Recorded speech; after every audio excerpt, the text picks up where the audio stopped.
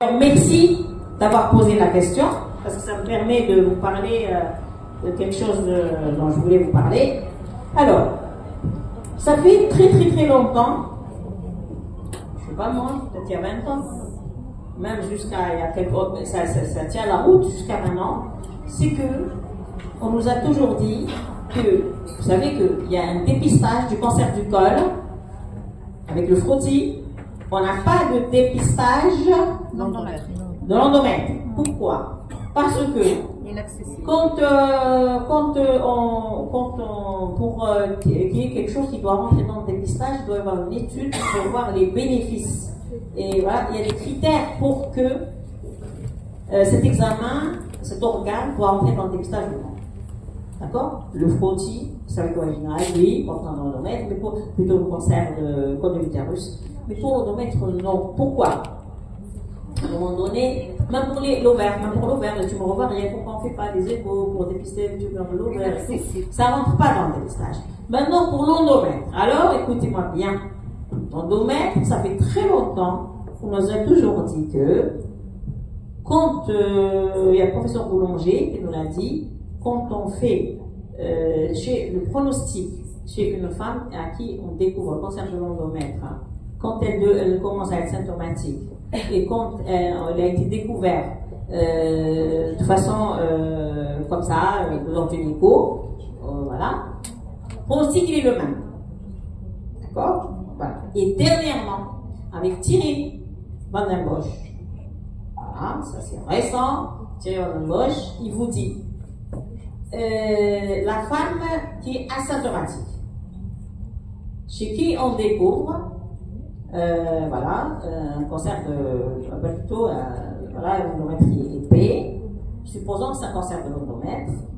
Si cette femme, on l'a découvert fortuitement, je découvre fortuitement, elle est symptomatique, elle vient, mais elle vient avant 6 mois. C'est-à-dire dès que tout de suite elle vient, elle ne reste pas 6 mois depuis qu'elle a saigné. Le pronostic est exactement le même. Donc ça ne sert à rien de faire. Voilà. Maintenant j'ai un endomètre qui est, elle n'est pas encore ménopausée, elle est ménopausée, mais elle n'est pas ménopausée totalement, et que l'endomètre n'est pas inquiétant, il n'y a pas de souci. D'accord? Je ne fais pas ni d'hystéroscopie. L'endomètre, il n'y a pas de vascularisation, c'est un endomètre qui est une épaisseur de 9 mm. Je la laisse tranquille, je la suis. D'accord? Hein? Maintenant, voilà. Maintenant, celle qui vient, d'après Thierry Van den Bosch, par exemple, la femme, elle a saigné, elle est ménopausée. Mais pourquoi j'ai pas de ménopausée? Elle ne vient pas tout de suite. Plus de 6 mois, le pronostic est autre. Il est plus grave. Il est plus grave. Est-ce que c'est clair? Donc, voilà. Et il faut toujours suivre des recommandations. Mais nous, moi, ce que j'ai remarqué, moi, à un moment donné, je préparais des formations, fœtus, tout ça. Vraiment, la gynéco, chacun fait comme il veut, comme il pense. Alors, il y a attention, il y a après ceux qui sont plus chirurgie, il y a ceux qui sont plus échographie. Alors, ceux qui sont plus chirurgie, ils sont tout de suite, IRM, scanner, opère. Il n'y a pas, on ne discute pas. D'accord? Voilà. فمن moins de 4 22 4 8 لا خلينا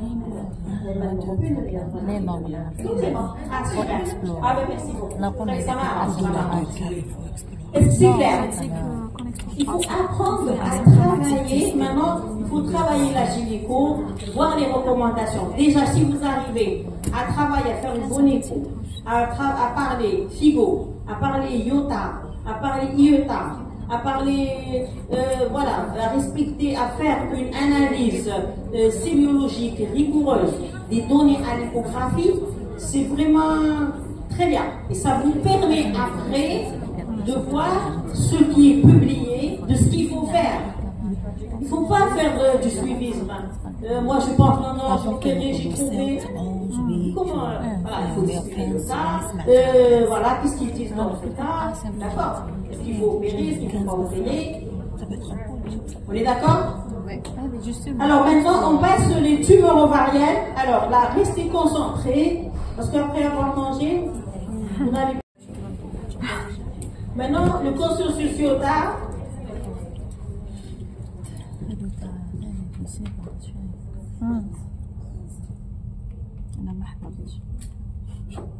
Alors, il faut savoir que la pathologie ovarienne est fréquente et complexe. Les lésions fonctionnelles, elles sont fréquentes avec une symptomatologie aiguë, pouvant nécessiter une intervention chirurgicale. D'accord? Ça, c'est les fonctionnelles. Mais les tumeurs malignes, elles sont silencieuses et de diagnostic tardif. L'évaluation clinique peu sensible et peu spécifique. J'ai une image de tumeur ovarienne, c'est l'image de l'ovaire. Moi, mon évaluation clinique, elle est peu sensible et peu spécifique.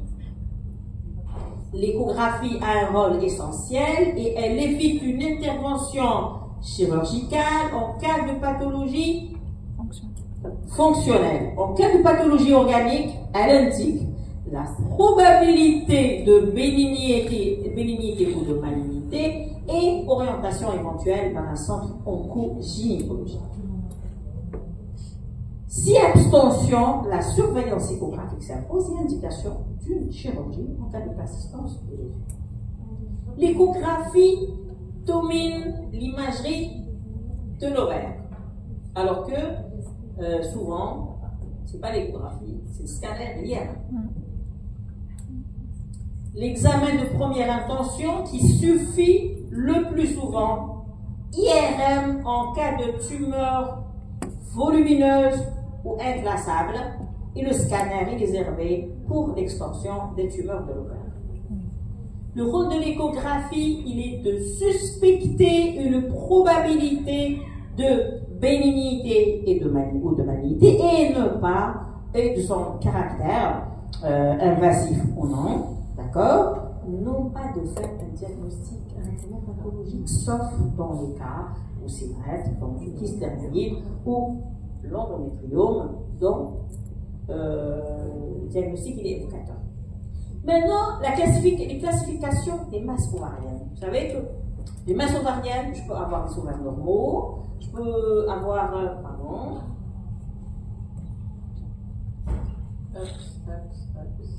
voilà.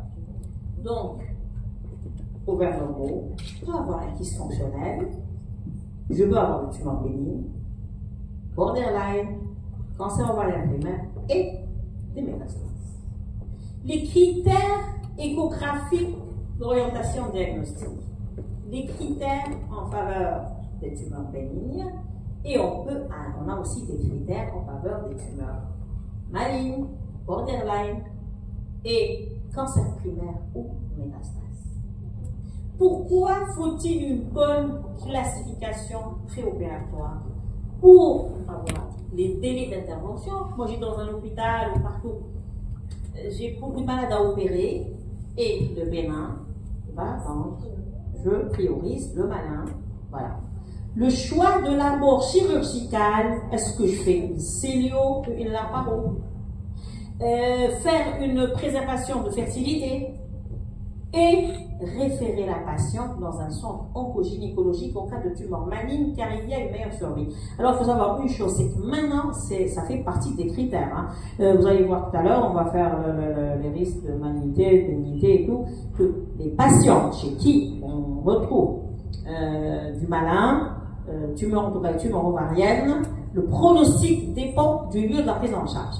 J'ai un lieu où c'est un centre qui est spécialisé dans ça, où il y a un groupe et de gynécologues et de ceux qui font la radiothérapie, ceux qui font la chimiothérapie, d'accord. Voilà, il y a un groupe, un staff qui s'en occupe. Le pronostic il est meilleur quand la patiente elle est prise, voilà, on enlève la tumeur d'ovaire ici, après on adresse. Ça fait partie, vous allez voir, ça fait partie des critères. Donc, il faut l'adresser. Voilà. Analyse subjective de l'image échographique. Moi, je vois à l'écho, je fais une analyse subjective. Eh bien, là, je vais dire, oui, c'est une grosse tumeur, elle est irrégulière, elle est très solide, voilà, oui, c'est malin, c'est net, tumeur solide, régulière, avec un flux sanguin très important, c'est évident. Voilà, celle-là, je sais pas, est-ce qu'elle est bénigne, est-ce qu'elle est maligne? Je vois que il y a une partie mystique, une partie solide ici. Alors je me dis, est-ce qu'elle est bénigne, est-ce qu'elle est maligne, d'accord? Alors c'est l'image de tout à l'heure, donc j'ai un utérus, la vessie, et ici, image avec plusieurs végétations, et je mets le doppler à prendre là, je vous ai dit que c'était, voilà, c'est plutôt un borderline. Vous allez voir comment je vais la classer. Les modèles, comment on doit classer ces tumeurs? Vous savez, ça travaille, le monde entier travaille sur ça. Il y a eu les critères de Roma, voilà, il y a eu le CA125, et il y a les critères de Valentin. Vous savez, Lille Valentin, c'est quelqu'un, celui-là qui est en travail aussi avec le groupe IOTA, elle est en Suède. Vous avez Alcazar qui est en Espagne, il est à LR2. Et maintenant, on sait, voilà, on a deux. On a le simple russe, c'est-à-dire les critères simples, et le IOTA. On a retenu ces deux-là avec lesquels on peut travailler. Le groupe IOTA, International Ovarian Tumor Analysis, consensus. Il y a un consensus depuis 2000. Alors, sur la nécessité, maintenant quand on fait une échogramme à tumeur ovarienne, maintenant, il y a la nécessité d'un langage commun standardisé en imagerie échographique. On n'a plus le droit de dire, oui, c'est une image arrondie, solido-kystique, à paroi. Non, c'est pas comme ça qu'on doit parler. Vous allez voir. Donc, un consensus sur un langage commun standardisé en imagerie en matière de termes, de définition et de mesures qu'on va mettre sur l'écho. Et ça a commencé en 2000. Vous voyez, donc on est en 2025. On est très en retard. Donc en 2000, là, le groupe IOTA, à leur tête, il y a Dirk Timmerman, qui est en Belgique, et avec Lille Valentin qui est en Suède, Tombourg qui est en Angleterre, et parfois il y a Antonia Testa qui est en Italie. C'est quoi une lésion ovarienne selon IOTA? Quand vous allez trouver une image ovarienne, est-ce que c'est une lésion ovarienne ou non, organique ou non?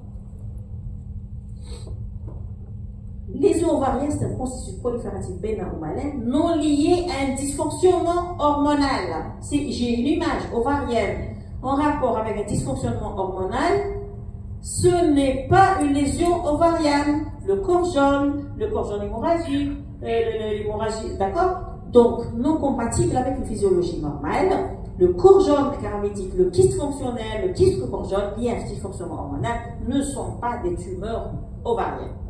Combien de fois, je me rappelle quand j'étais jeune, résidente, on programmait des patientes et après on lui dit dans 2 mois, il va pas dans 1 mois, un kyste d'ovaire et tout, quand elle rentre, voilà, on refait une écho, il n'y a rien. D'accord? Voilà, regardez, ça c'est important. La démarche diagnostique, j'ai une image ovarienne, comment les démarches diagnostiques? J'élimine un kyste fonctionnel, d'accord, c'est l'objectif, un corps jaune, voilà. Puis affirmer la nature bénigne ou maligne de la tumeur. À quoi je pense? Est-ce que c'est clair maintenant? J'ai une image ovarienne, je dois éliminer tout ce qui est fonctionnel. Kyste ovaire fonctionnel, corps jaune, j'élimine tout ça. Après, il me reste les lésions. Est-ce que c'est plutôt bénin, c'est plutôt malin? Voilà. Maintenant, je dis, c'est pas fonctionnel, il y a une lésion.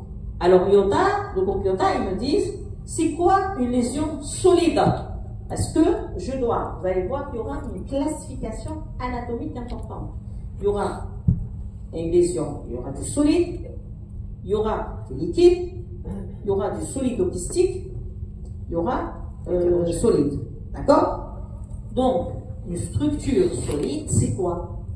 C'est une structure ayant une haute écogénicité, c'est-à-dire comme le myomètre, comme le stroma ovarien, comme les myomes. C'est-à-dire que c'est une structure qui peut être vascularisée en fait.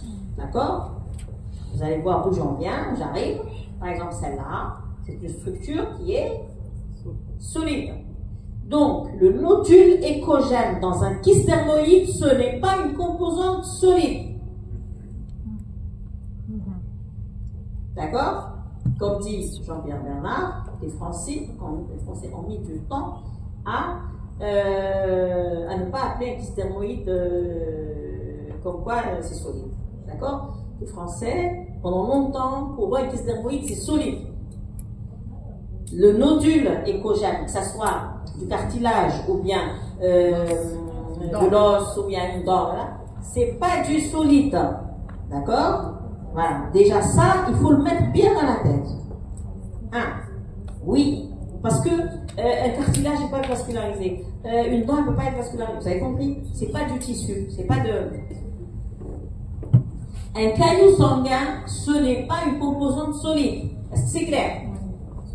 Le caillou ne peut pas être vascularisé. Si j'arrive pas, je comprime la lésion, j'utilise le Doppler, ça prend pas le Doppler. En cas de doute, je place comme si c'est solide. Mais celle-là, je la contrôle, je trouve que ça va disparaître, il va se localiser, ça va disparaître. Est-ce que c'est clair maintenant pour le solide? C'est quoi? C'est clair maintenant que le nodule dermoïde est tissu vascularisé. Maintenant, le tissu solide encore, regardez. Une protubérance inférieure à 3 mm, c'est une irrégularité de paroi. Ce n'est pas du solide. Je vois une image anéchogène, je vois ça. Je mesure la hauteur. C'est moins de 3 mm, c'est pas du solide. C'est une irrégularité de paroi. Pour qu'on parle le même langage. Ensuite, donc c'est pas une projection papillaire. C'est quoi la projection papillaire? Parce que, alors le solide, dans une image, par exemple kystique, vous avez du solide, c'est clair. Tout à l'heure, je vous ai montré une image solide, c'est clair. Maintenant, la végétation, c'est du solide. Mais c'est quoi une végétation? Eh bien, la végétation, c'est la projection papillaire, c'est toute protubérance solide de la paroi du kyste dans la cavité supérieure ou égale à 3 mm. J'ai une image anéchogène, elle dépasse supérieure ou égale à 3 mm, c'est du solide. Il y a du solide. Après, je vais vous montrer comment on va décrire. Toute projection papillaire égale tissu solide. Maintenant, les types de lésions lyopathes. Regardez. J'ai par exemple une image, l'image que je vous ai montrée tout à l'heure, je vous disais c'est un para ouvert. Qu'est-ce que je veux dire? Je vais dire c'est une image uniloculaire. Je ne vais pas dire une image qui est anéchogène. Image uniloculaire selon Lyotard. Image uniloculaire. Uniloculaire, c'est quoi? J'ai soit comme ça, soit comme ça, soit comme ça, soit comme ça. L'essentiel, je n'ai pas un septum complet. Vous avez compris? Par exemple, un hydrosalpinx. Un hydrosalpinx comme ça, je dirais uniloculaire. Parce que c'est septum complet. D'accord? Uniloculaire. Maintenant, je passe au deuxième. Uniloculaire solide. Pourquoi uniloculaire solide? Uniloculaire parce que j'ai pas de septum complet. Solide parce que j'ai une partie qui est solide. On est d'accord? La partie solide, soit c'est du solide, c'est important, soit c'est du projection papillaire. Est-ce que c'est clair? Maintenant, multiloculaire. Pourquoi c'est multiloculaire? J'ai plusieurs locules. À partir de quand je parle de plusieurs locules? Quand j'ai au moins un septum complet. Regardez là, j'ai un petit septum. J'ai un autre là. J'ai ceux-là. D'accord? Ça, c'est multiloculaire. Ensuite, j'ai multiloculaire solide. Pourquoi c'est multiloculaire solide? Parce que j'ai plusieurs locules, j'ai un septum complet, plus j'ai du solide. Et le solide, soit c'est du solide, soit c'est une projection papillaire. Et après, j'ai le solide. Le solide, retenez que le solide, c'est, tout est solide. Je vous ai montré les tubes tout à l'heure, vous êtes le solide. Ou bien j'ai une partie solide, une partie liquide, mais pour dire que c'est solide, quand c'est supérieur à 80% de solide. Est-ce que c'est clair? Mais doucement, vous allez travailler et vous allez voir que c'est simple et vous allez bien travailler parce que ce qu'il faut, il est temps de se mettre à ça après 25 ans.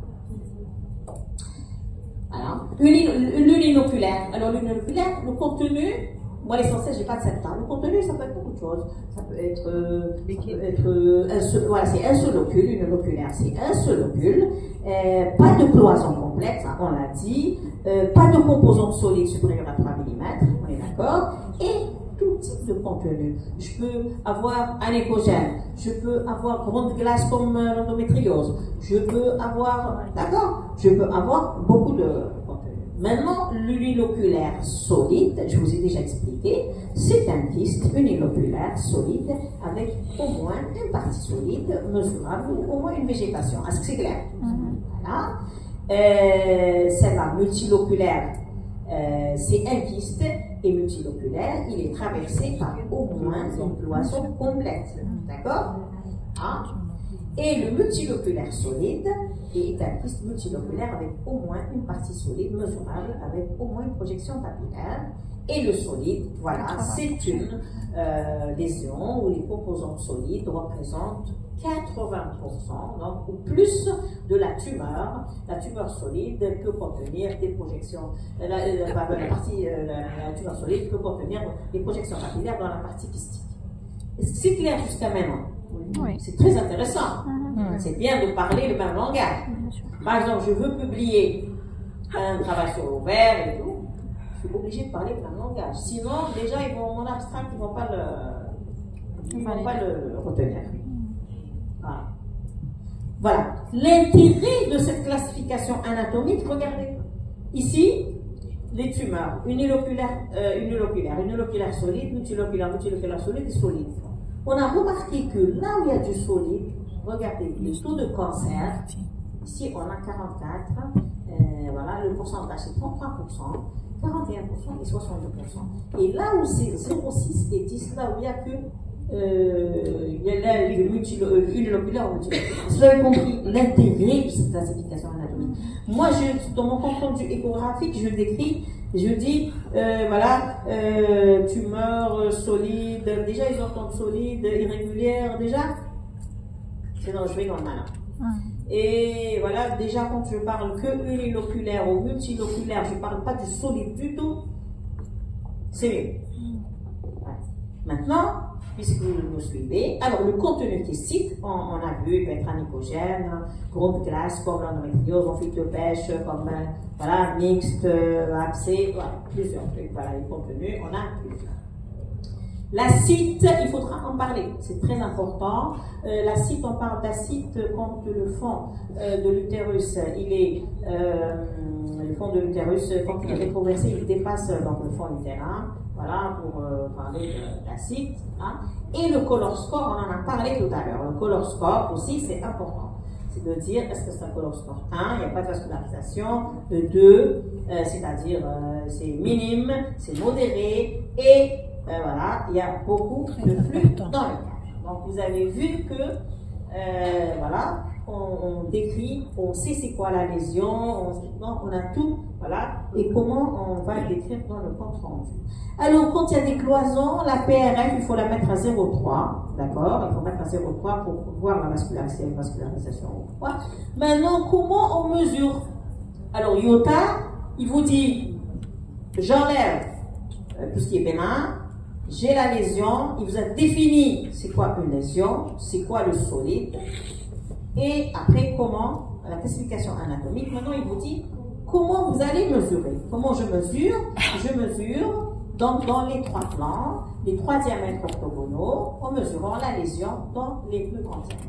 Et pour les projections papillaires, je dois mesurer donc la hauteur et les deux bases. D'accord? Voilà, on mesure la hauteur, les deux bases. Et je ne mesure pas, regardez ce que je mesure de là à là, je ne mesure pas ici ce qui est extérieur. Voilà. Alors, les ombres acoustiques, c'est important. Ça, c'est pour parler des kystes. Classification. Alors les ombres acoustiques, vous avez soit une perte du signal acoustique en arrière de la structure, d'accord, il n'y a pas de renforcement postérieur, et on a un kyste, une image angulaire, ou bien on a un condom, d'accord. Maintenant, l'évaluation du risque de cancer de l'ovaire avant la chirurgie, d'accord. Comment on évalue? Vous, par exemple, l'objectif, une fois que vous avez trouvé le tumeur d'ovaire, vous avez éliminé le physiologique, c'est, il y a le pathologique. Est-ce que c'est bénin? Est-ce que c'est malin? Je sais si le solide c'est quoi? Je sais ce que c'est une végétation. Voilà. Est-ce que c'est voilà. Donc j'ai tout. Voilà. Maintenant, mon rôle échographiste, avant d'envoyer la patiente, j'évalue le risque de cancer de l'ovaire. Il y a deux méthodes, il y a le simple RULS et le IOTA. Le simple RULS, c'est les 10 règles simples. C'est des règles simples. Le IOTA a récemment proposé l'utilisation de règles simples permettant dans 75% des cas une approche satisfaisante du diagnostic de bénignité versus malignité. Comment? Ils ont dit que on a 5 critères qui sont malins et 5 critères qui sont bénins. D'accord? Je vais vous les montrer tout de suite. Voilà, attendez, là en français c'est mieux. Alors ici, les bénins. Alors moi par exemple, j'ai une image anéchoschème, celle de tout à l'heure, je vous ai montré le kyste du para-ovaire. Comment je vais la classer? Et il y a le bénin, c'est unioculaire. B2, présence d'éléments dont le plus grand diamètre est inférieur à 7 mm, solide. Présence dans B3, c'est présence d'ombre acoustique. On fait allusion au dermoïde, d'accord? D'ombre acoustique. Et B4, c'est une tumeur multiloculaire, qui est lisse multiloculaire, mais avec un diamètre inférieur à 10 cm. Et le B5, c'est la vascularisation. C'est-à-dire, il n'y a pas de vascularisation. Donc, l'image que je vous ai montrée tout à l'heure, où il y avait un para-ovaire, je dirais, elle est B1, parce qu'elle est uniloculaire, et elle est B5, il n'y a pas de vascularisation. Il n'y a que du bénin. Maintenant, j'ai une tumeur, le malin, M1, tumeur solide régulière. Après, si j'ai une incite, je dis elle est M2. Par exemple, j'ai une image ovarienne et j'ai une incite, elle est irrégulière, je dirais elle est M2. M3, si on a plus de 4 structures papillaires. Et M4, tumeur solide, multiloculaire, irrégulière, avec un diamètre supérieur à 10 cm. Et M5, beaucoup de vascularisation. Maintenant, qu'est-ce qu'ils vous disent? Ils vous disent, si vous avez une ou plusieurs caractéristiques M, il n'y a pas de caractéristiques B. C'est malin. Si j'ai plusieurs caractéristiques B, je n'ai pas de M, c'est bénin. Si j'ai un mélange de B et de M, elle est inclassable. Et si la tumeur, elle est si aucune des caractéristiques n'est applicable, elle est, voilà, elle n'est pas classée, et là, je dois aller à l'IRM.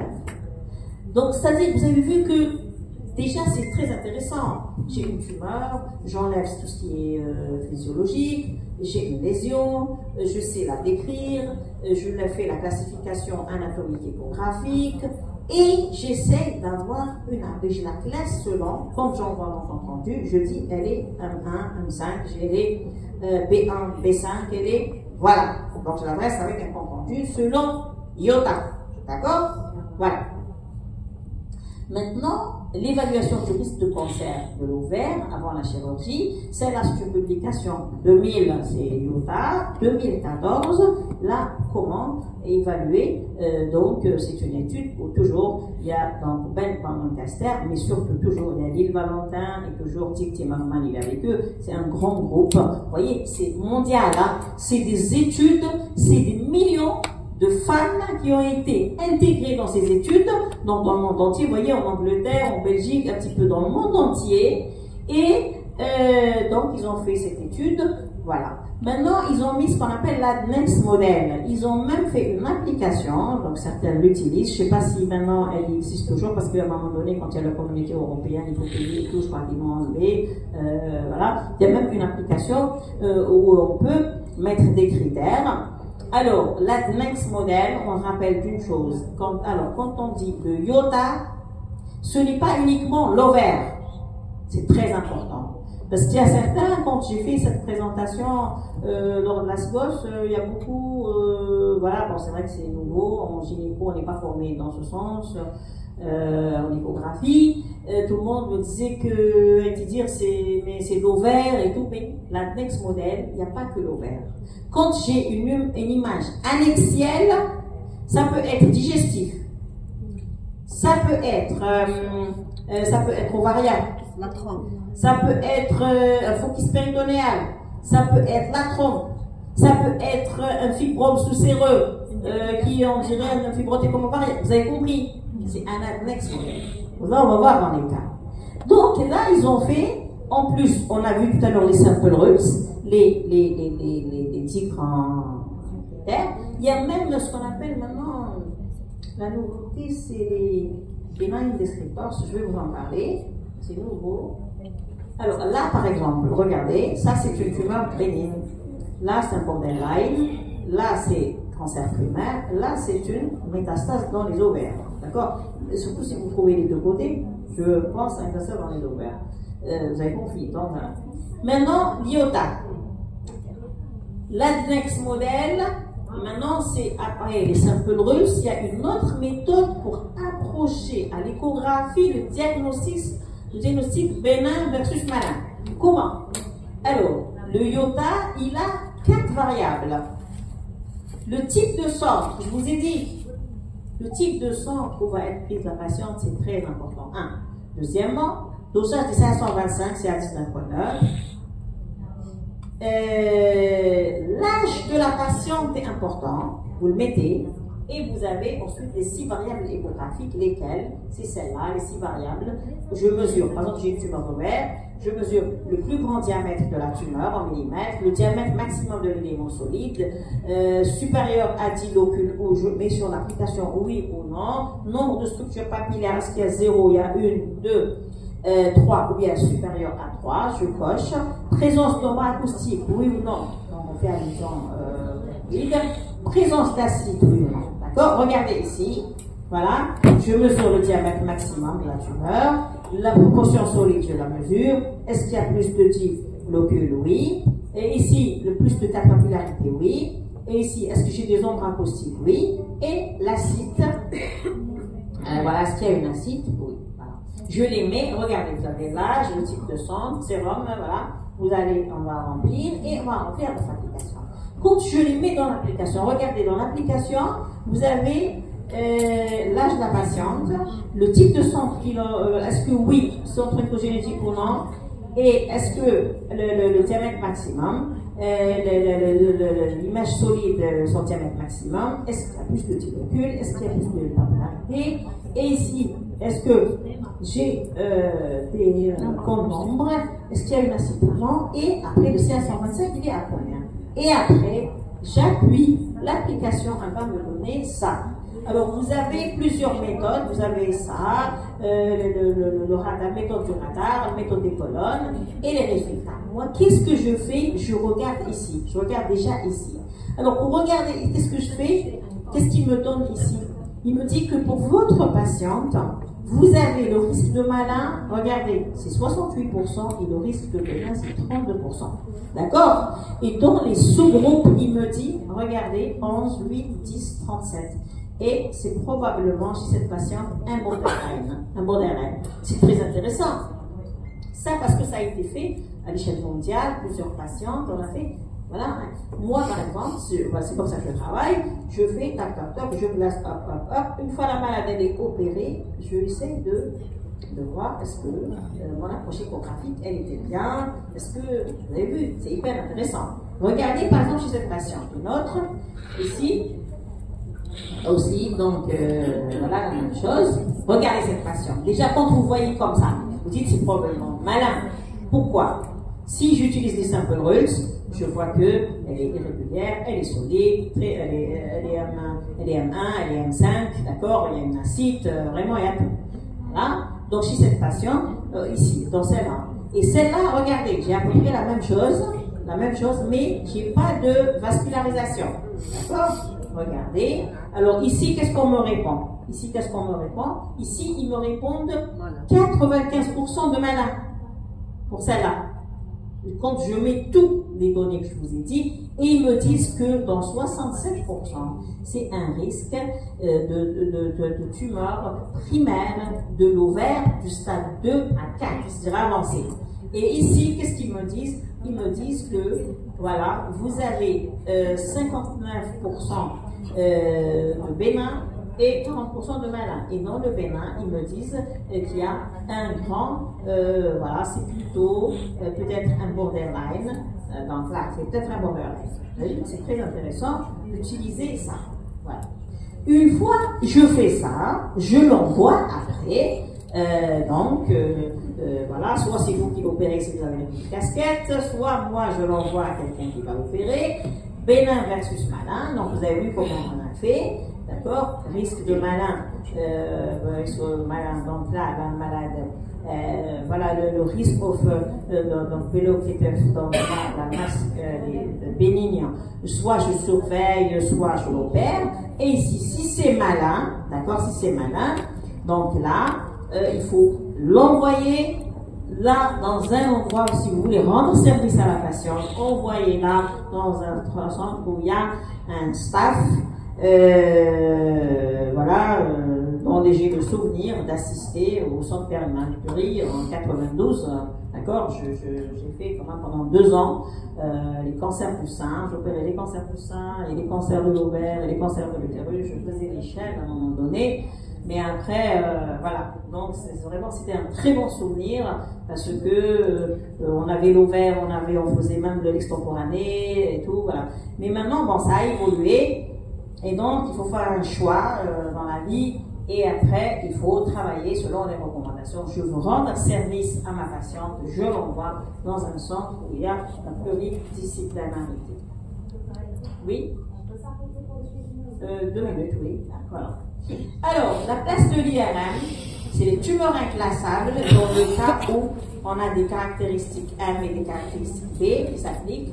La masse ne peut pas être classée si aucune des caractéristiques est applicable. La masse peut être classée. La masse ovarienne, alors les masses ovariennes de plus grande taille, plus de 10 cm, c'est impossible de réaliser une lithographie endovaginale aussi.